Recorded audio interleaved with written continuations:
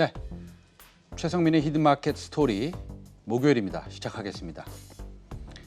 요즘 두 개의 회사가 인기가 많은 것 같습니다. 한 회사는 시청자 여러분들이 다 아시는 7월 2일 상장하는 SK바이오팜입니다. 다른 하나는 저궤도 위성 인터넷 서비스 업체 영국의 원웹입니다. 원웹은 저궤도 위성 통신망을 통하여 전 세계를 인터넷으로 연결할 계획에 있는 회사입니다. 시청자 여러분들이 생각하시기에 무슨 인터넷 때문에 위성까지 쏴야 돼 라고 하실지 모르겠으나 미국의 경우는 얘기가 완전히 다릅니다.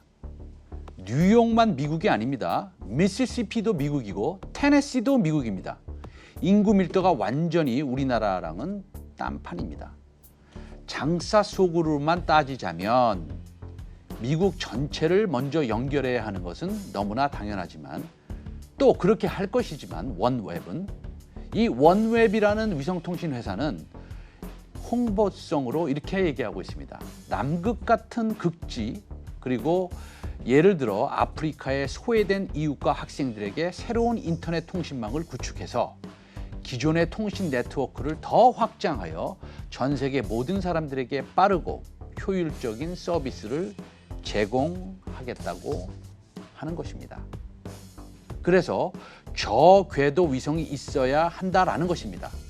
예를 들어 서울 마포구 아파트에 사시는 분은 인터넷은 전화 한 통하면 바로 연결이 끝나지만 미국 애리조나의 소도시나 더 나아가서는 아프리카 니미비아의 원주민들은 그러지 못합니다. 수십 수백 킬로를 선으로 연결해서 인터넷을 제공해야 하거나 사막 한가운데 통신기지국을 설치해야 합니다. 일단 비용이 너무 많이 들고 통신사 입장에서는 할 이유가 전혀 없습니다. 이런 목적을 가지고 원웹은 사업을 시작했습니다. 지난해 2월 원웹은 6개의 저궤도 위성을 목표 궤도에 올려놓는 데 성공했고요. 전 세계 인터넷망 구축이라는 거대한 프로젝트에 첫 발을 내딛었습니다. 지난 1년간 위성 대량 생산 라인 구축 작업을 벌여서요. 이제 하루에 2대씩, 하루에 2대입니다. 냉장고만한 아주 효율적인 위성을 제작할 수 있게 됐습니다.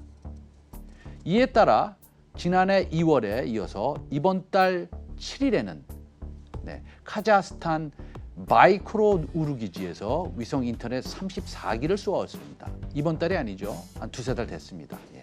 그런데 말입니다. 런던에 본사를 둔 원웹은 소프트뱅크, 에어버스, 퀄컴 등이 주주입니다. 다만 단기적인 유동성으로 3월 27일 미국 법원에 파산 보호 신청을 접수했습니다. 그리고 매각 절차에 돌입했습니다. 저는 오늘 인텔리안 테크에 대해서 말씀드리고 싶습니다. 인텔리안 테크는 원웹의 가장 신뢰할 만한 고정식 소형 위성 안테나 공급자이고요. 세계 1위의 기술력을 가지고 있습니다. 따라서 원웹이 매각 절차가 순조롭게 되느냐 안 되느냐가 인텔리안 테크의 주가에 막대한 영향을 미칩니다. 이미 작년 10월 초 원웹은 150만 개의 소형 위성 안테나 단말기 운용허가 신청을 냈습니다. 150만 개면 인텔리안 테크의 매출이 얼마나 되는 겁니까? 개당 10만 원이면 1,500억이고요. 100만 원이면 1조 5천억입니다. 이래서 원웹의 이번 매각이 매우 중요한데 해외 매체 어드밴스 텔레비전에 따르면 유탈셋, 이 유럽 회사입니다. 스페이스X는 앨런 머스크의 테슬라와 같은 회사죠. 그 다음에 아마존 여러분이 너무 잘 아시는 회사입니다.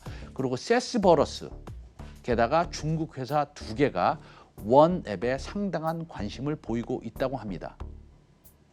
스페이스X와 아마존은 동일한 사업을 영위하고 있습니다. 따라서 제 사견으로는 원앱을 사는 것이 맞습니다.